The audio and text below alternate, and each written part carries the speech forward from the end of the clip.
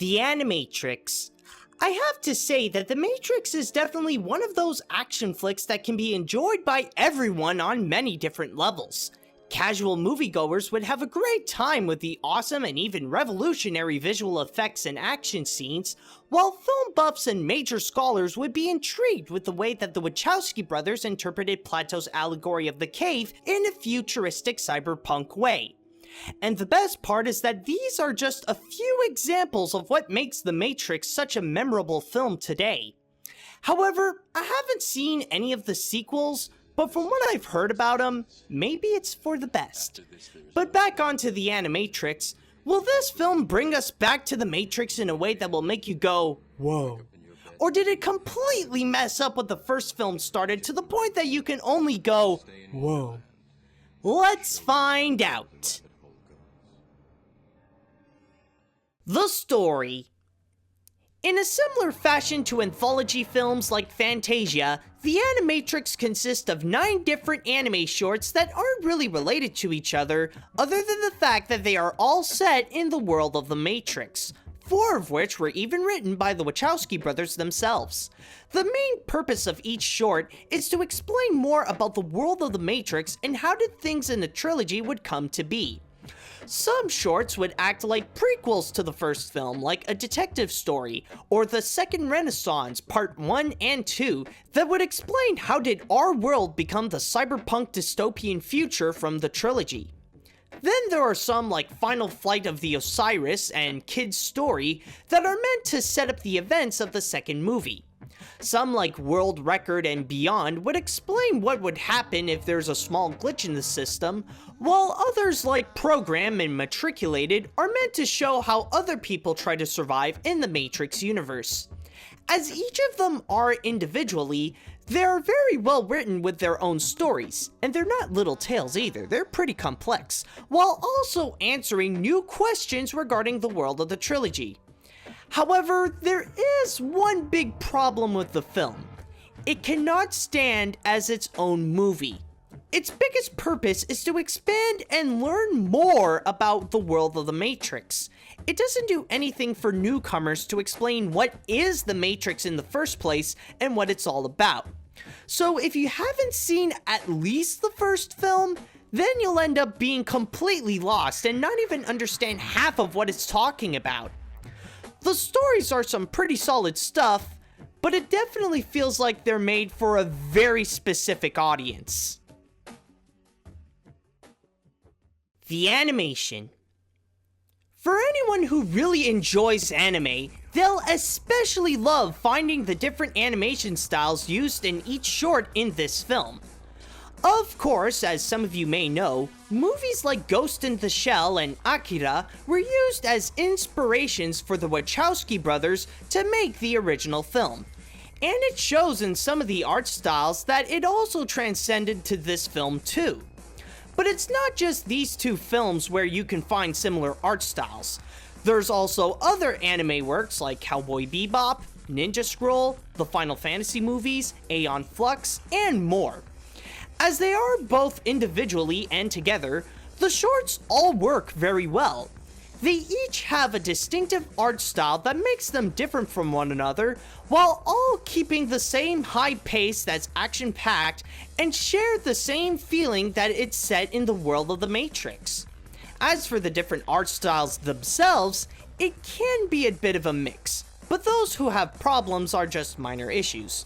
Some like Program and A Detective Story have beautifully captured what it's trying to do with its animation, while others like Kid's Story, World Record, and Matriculated feel like they're trying a little too hard to be different and ended up with some rather unusual results that not even the Matrix itself can explain.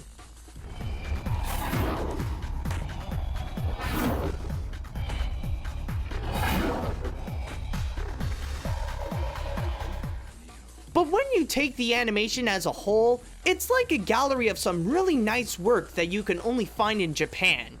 But like The Matrix, there are chances that you can find some glitches along the way.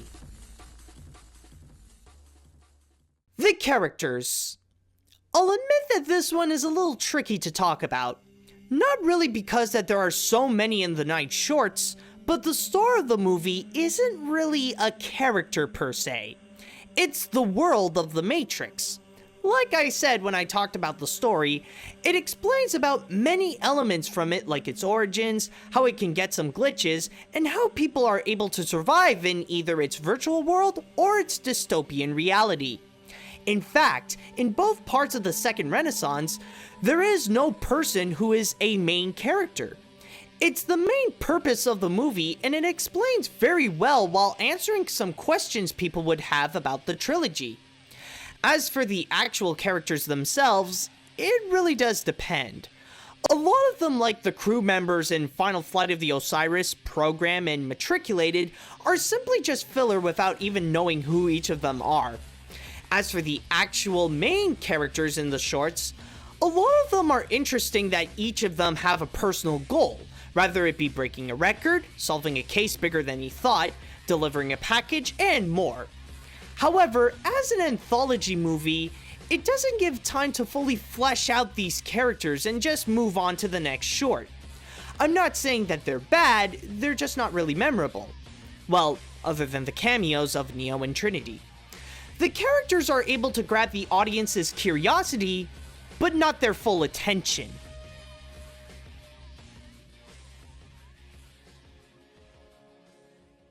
The Animatrix is not really a movie or even an anthology film in a common sense. It's meant more as an expansion to the Matrix trilogy, and for what it is, it's actually pretty good, offering some solid writing and nice animation from each of the different shorts. But what's holding it back from being a great film is that, as I stated earlier, it's only meant for those who have seen the Matrix movies, so not everyone can immediately watch this and enjoy it. This will definitely intrigue many anime fans because of the names and studios attached to this, but you must watch at least the first Matrix in order to understand it. Trust me when I say that if you do end up liking the first film, then you should have no problem having a good time with the Animatrix.